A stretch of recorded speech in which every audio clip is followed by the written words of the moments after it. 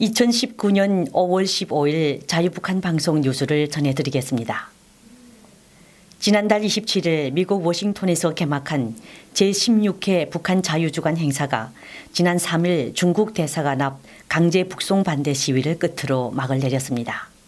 이번 북한 자유주간의 전체 주제가 탈북자들의 목소리에 귀 기울일 때 당신은 북한의 진실을 알게 될 것이다 였던 만큼 대표단으로 참가한 탈북민들은 북조선 사회 및 인권 실태와 관련한 여러 경험과 지식을 털어놨습니다.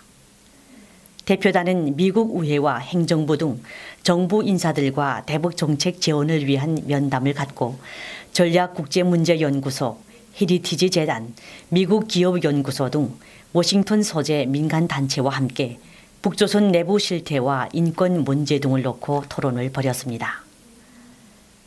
북한 자유주간 대표단은 백악관 국가안전보장회의의 초청을 받기도 했습니다. 이 자리에서는 앨리슨 후크 한반도 보좌관 등 담당 관계자들이 배석한 가운데 비핵화와 인권 등 북한 문제와 관련한 대화가 오갔으며 국가안전보장회의 관계자들은 지속적으로 탈북민들과 소통을 이어가기로 약속했습니다. 3일 디펜스 포럼 재단 대표는 미 의회에서 안보 외교정책 포럼을 마련해 북한 내부로부터의 레짐 체인지 가능성에 대한 탈북자들의 견해를 들었습니다. 미 특전사 대령 출신인 민주주의 수호재단 데이비드 맥스웰 선임연구원은 포럼 개회사에서 한반도에서 벌어지고 있는 전쟁은 정보와 영향력으로 싸우는 이념 전쟁이라며 이 전쟁은 매우 복잡하고 불확실하며 매우 어렵지만 이 과정을 이끌 전문가들이 있다며 탈북자들을 소개했습니다. 맥스웰 선임연구원은 억압적인 정권에서 탈출하는 데 성공한 이 영웅들은 한국인들에게 영향을 줄 방법이 무엇인지 알고 있다며 우리는 그들의 지혜를 들어야 하고 더 중요한 것은 그들의 노력을 지지해야 한다고 격려했습니다. 이날 포럼에서 발언에 나선 NK지식연대 김훈강 대표는 북한 내부로부터 레짐 체인지를 이끌기 위해서는 미국 정부가 해야 할 일과 탈북자들이 해야 할 일이 구분되어 있다고 소개했습니다. 김 대표는 우선 미국은 대북 제재로 북한을 더 압박해야 한다며 협상이든 회담이든 대북 지원이든 그 자체에 목적을 두지 말고 김정은 정권을 끝내는 데 목적을 두어야 한다고 강조했습니다. 김 대표는 또 미국 정부가 북한에 직접적인 타격을 가할 수 있는 탈북자들의 활동을 지원해 달라고 요청했습니다. 그러면서 대북 정책을 위해 책정된 예산이 탈북자 단체에 제공된다면 북한의 외부 정보 유입을 국대화하고 북조선 주민과 정권을 철저히 분리하며 북조선 고위층의 대량 탈북을 이끌어내고 북한 붕괴와 민주화를 위한 풀뿌리 조직을 만들어 정권에 대항하는 행동을 이끌어내도록 하겠다고 전략을 제시했습니다. 또한 자유북한 방송의 김성민 대표는 대북 제재의 중요성을 다시 한번 강조했습니다. 김성민 대표는 미국과 국제사회의 강력한 대북 제재는 북조선 주민들에게 고통의 근원이 무엇인지에 대한 각성을 불러일으킬 수 있을 것이라고 전망했습니다. 김 대표는 현재 남조선의 문재인 정부가 대북 지원을 이야기하고 있는데 국제사회가 북조선에 쌀을 보내는 것과 같은 대북 인도적 지원을 재개하면 김정은 정권의 통치를 강화시키기만 할 것이라고 지적했습니다. 그러면서 자유북한 방송을 통해 북조선 주민들에게 자유민주주의의 가치를 지속적으로 전하며 주민들의 의식 개혁을 위해 계속 노력할 것이라고 덧붙였습니다. 한편 서울과 워싱턴에서 번갈아가며 열리는 북한 자유주간 행사는 내년에는 서울에서 진행될 예정인 것으로 알려지고 있습니다. 다음 소식입니다. 러시아에 파견된 북조선 근로자들의 자살 사건이 또 발생해 주위를 안타깝게 하고 있습니다. 북조선 인민무력부 산하 건설업체 소속으로 올해 초 남부 시베리아 케메로보주 건설 현장에 파견되었던 근로자 한 명이 지난 6일 목을 매 자살한 것으로 밝혀졌습니다. 한 대북 매체에 따르면 지난 4월 8일 블라디보스토크에 파견된 북조선 근로자 한 명이 자살한 데 이어 이달 6일에는 러시아 남부 시베리아의 한 건설 현장에서도 사건이 또 발생했다면서 자살한 사람은 올해 북한 군부 소속 외화벌이 회사가 러시아에 파견한 근로자인 것으로 전해졌습니다. 러시아에 파견된 북조선 근로자들은 단체 복장을 하고 집단 숙식을 하고 있기 때문에 한눈에도 북조선 근로자임을 쉽게 알 수 있는 것으로 알려져 있습니다. 또 러시아 파견 북조선 근로자들이 자살이나 탈출이라는 극단적인 선택을 하는 이유는 당국이 부과한 과제금 압박과 땀 흘려 일해도 돈을 모을 수 없어 빈손으로 귀국하게 되며 빚에 쪼들리는 생활고를 견디지 못해서인 것으로 밝혀졌습니다. 과거에는 3년에서 5년씩 노동비자로 체류하며 일을 해 어느 정도 돈을 모을 수 있었지만 최근에는 3개월짜리 연수비자나 관광비자로 파견되면서 자비를 들여 3개월에 한 번씩 출입국을 되풀이해야 하기에 돈을 모으기가 어렵게 된 것으로 전해지고 있습니다. 남조선에 정착한 많은 탈북민들은 러시아 해외 파견 노동자들은 국가에서 철저하게 검증되고 성분이 좋은 사람들로 선출하여 국가가 외화를 벌어들이는 도구로 사용하고 있기에 국단의 경우를 선택할 수밖에 없는 상황이라고 입을 모으고 있습니다. 다음 소식입니다. 요즘 북조선에도 부동산 개발과 시공을 대행해주는 부동산 전문 회사가 등장했다는 소식이 전해졌습니다.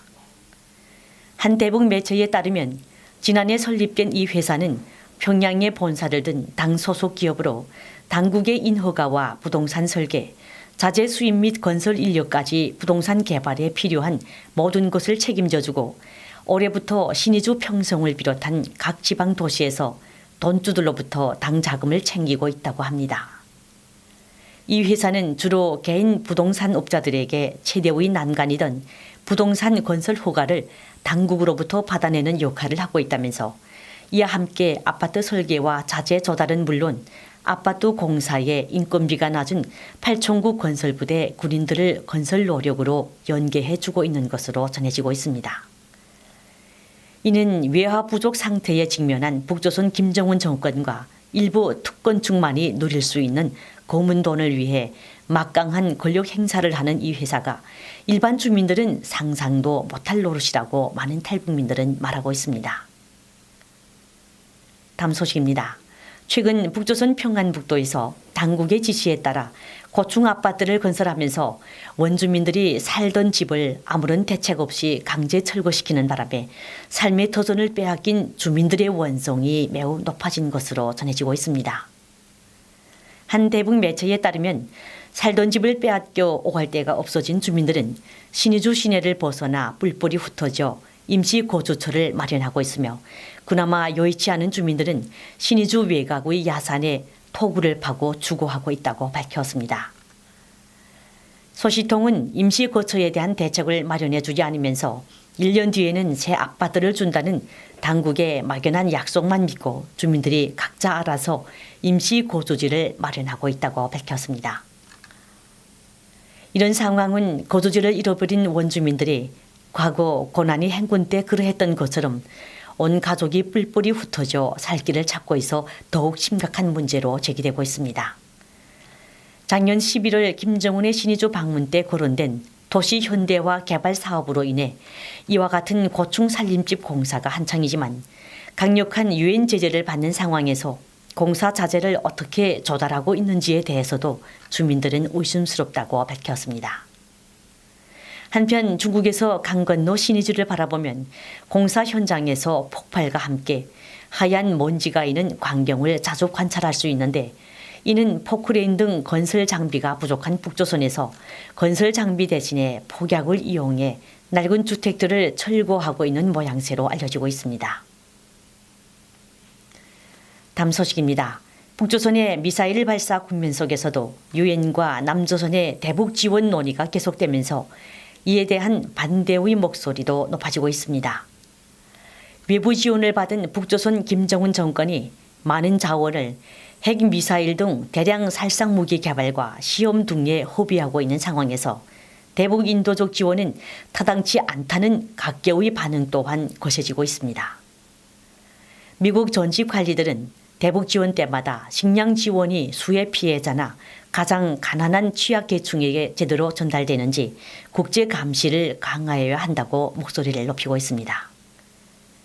로버타 코헨 전 미 국무부 인권 담당 부차관보는 워싱턴 포스트 신문 기고에서 현재 북조선은 취약계층의 제한 없이 완전히 접근하기 힘들고 당국의 방해 없이 자유롭게 이동할 수 없으며 독립적인 데이터 수집 활동과 지원이 항상 가장 취약한 계층에게 전달되는지도 확신할 수 없다고 밝혔습니다.